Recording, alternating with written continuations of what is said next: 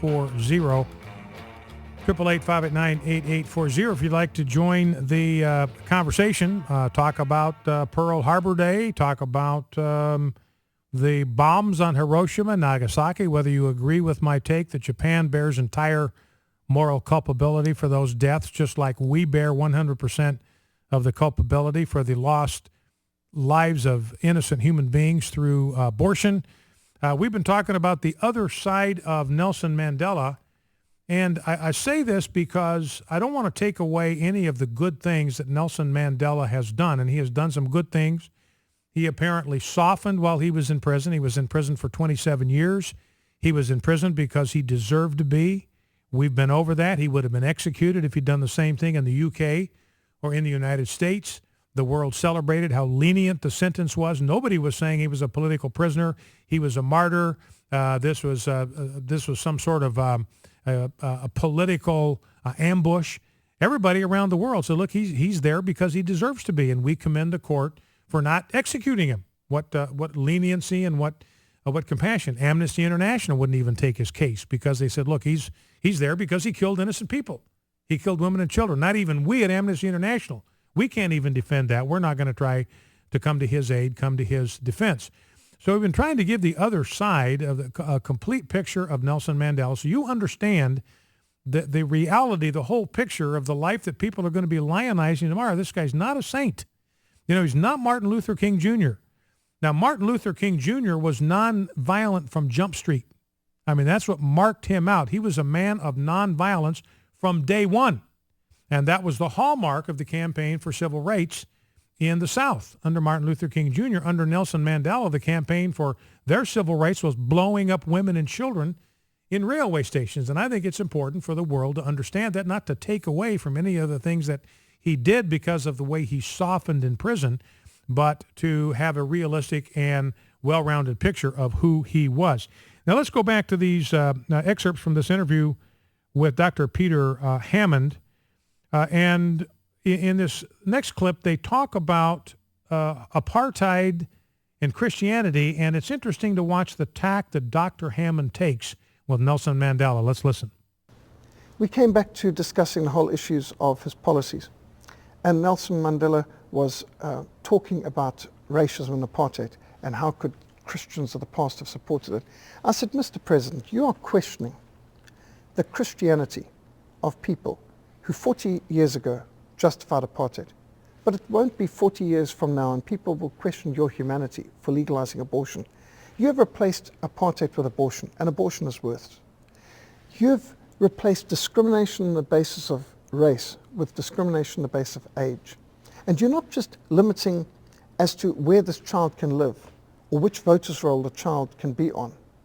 You are taking away the child's right to life.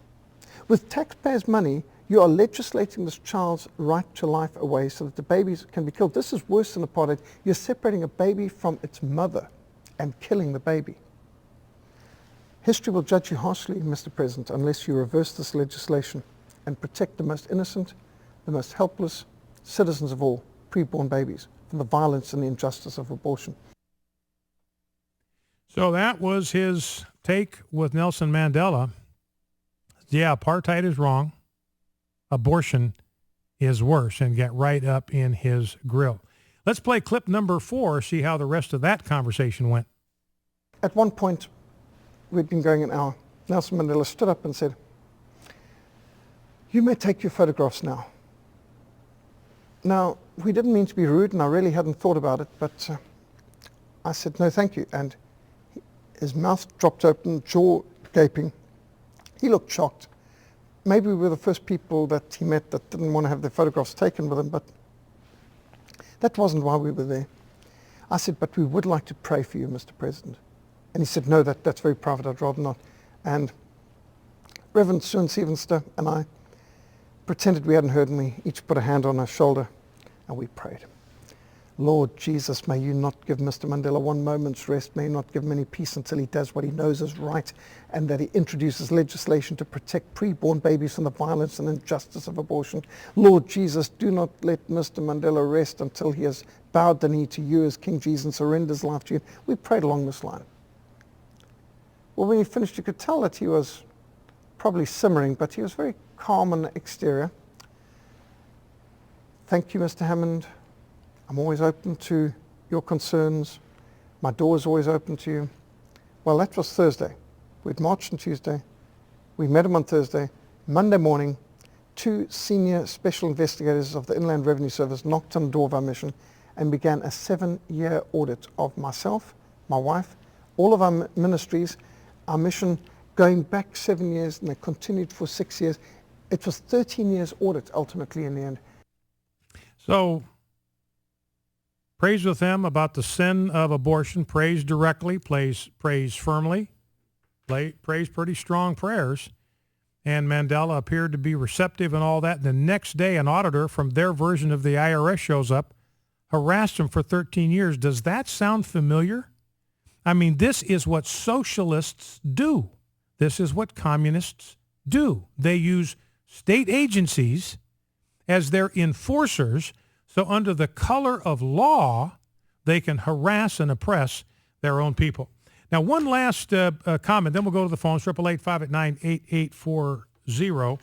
I don't have time to go through all of this in detail, but it's worth taking a look at what South Africa has become after Nelson Mandela's presidency. Now, the picture out there is this is now a paradise of racial harmony.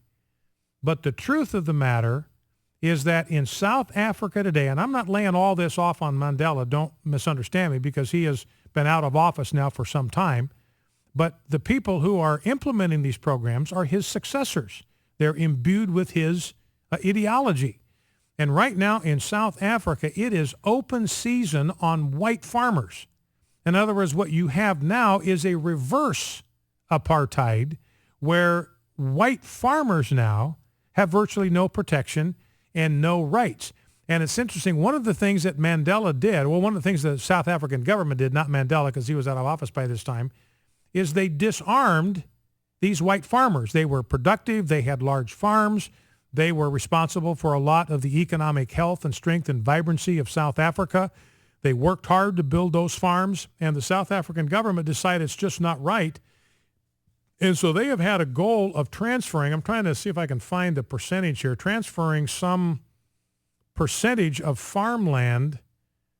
30% of white-owned farmland is to be transferred to blacks. I mean, that's by force. That's just taking their land, stealing it from them, and then giving it to the people of their chosen race. That's what it is. They've disarmed these farmers, and these farmers are now subject to mass murder, basically. And the estimate from an organization called Judicial Watch, they're called farm murders, and Dr. Gregory Stanton, who heads this group, Genocide Watch, says, look, this is a coordinated campaign of genocide being conducted against white farmers. These murders are not accidental. It's clear that the massacres were not common crimes. The number of farm murders is staggering. Over the last decade, it is estimated that at least 3,000 Boers, that's a B-O-E-R, that's a word for Dutch farmers, white farmers, have been killed. Estimating the number of murders is necessary because the ANC, that's Nelson Mandela's political party, has banned crime statistics from being compiled, claiming they scare off for investment. So the South African government does not want the world to know how many white farmers are being massacred, raped, the wives being raped in front of their husbands, in front of their children, and then fathers being killed in front of their wives, in front of their children before the rest of the family is put to death. According to Johan Berger, a senior researcher with Pretoria-based Institute for Security Studies, white farmers' concerns are legitimately special. He reveals that it is now twice as dangerous to be a farmer in South Africa than a police officer. The overall murder rate in the nation is 31.9 per 100,000 people. 30 times that of Great Britain. For police, it's 51 out of 100,000. But for white farmers, the rate soars to 99 out of 100,000. 3 times as risky to be a farmer in South Africa as to be an ordinary member of the population.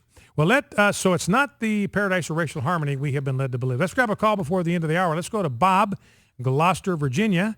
Bob, welcome to Focal Point. What's on your mind? Hello, Brian. Hey. How are you doing today? Doing good. How are you? Okay.